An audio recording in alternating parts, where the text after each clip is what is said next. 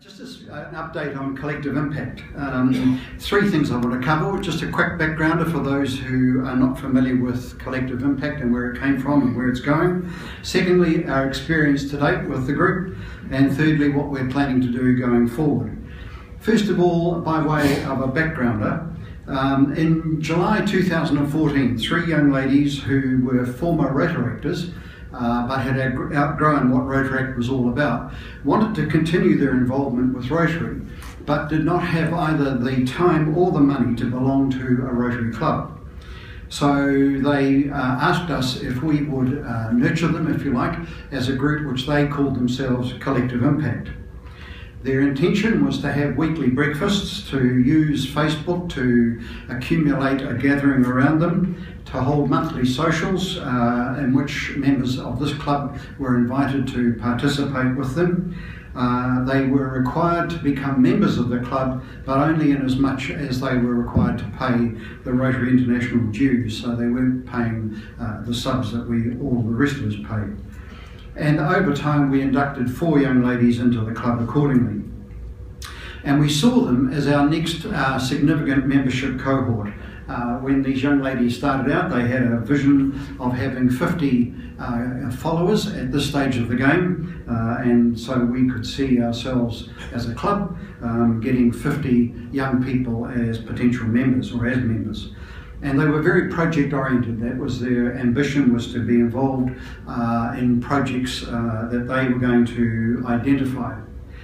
Our experience today, we've had four very successful socials. We've had up to 14 people attending those socials and addressed by people who were of interest to that particular group in terms of age and business experience.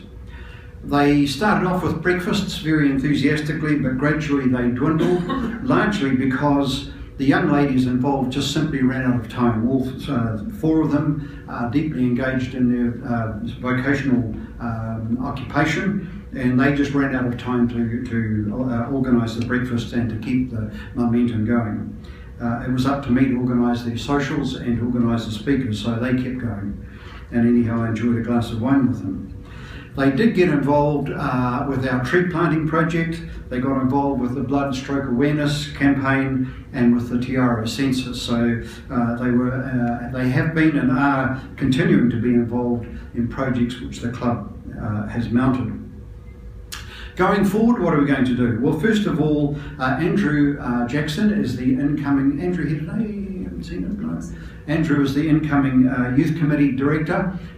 He's got off to a flying start. I'm still trying to catch my breath keeping up with him. And he is going to take Collective Impact under his wing.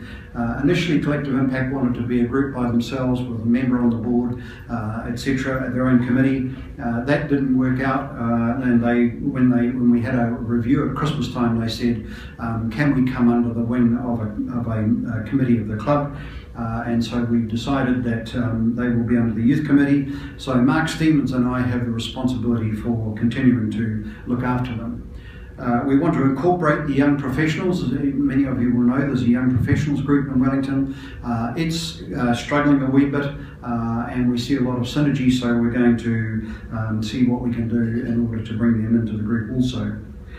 Two of our members of the Collective Impact, one of them is really interested in nurturing RILA alumni. So at the moment, nothing is being done with those young people that we sponsor onto RILA. Once they finish the RILA course in January, they just drop off the edge, and clubs around the district, I suspect it's wider than just a district, but nobody picks them up and tries to nurture them, encourage them, look after them and so on. So we lose that engagement that they've had with Rotary, which for most RILA attendees has been extremely positive and extremely encouraging. I went into the library in Tawa the other day wearing my Rotary badge, and this young chap behind the counter looked at me and he said, past president, are you?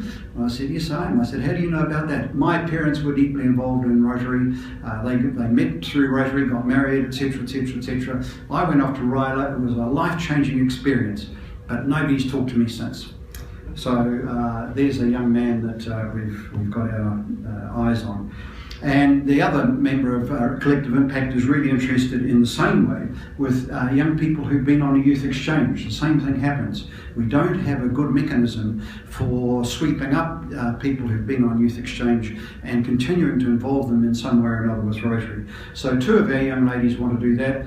That really accords with district. So last year's District Governor, Deb Gimlett, came along to our recent meeting, and she's really keen to encourage these 2 young ladies in developing a RILA alumni for the district and a youth exchange alumni. So going forward, what are we going to do? We're going to bring them in under the youth committee. We're going to help them in developing projects that they can get involved with and re-energise them. They just ran out of puff at the end of the year. It was a little bit harder than they expected. It was a lovely picture that they painted initially, but reality hit home and they just didn't quite get there. So that's where we're up to with Collective Impact.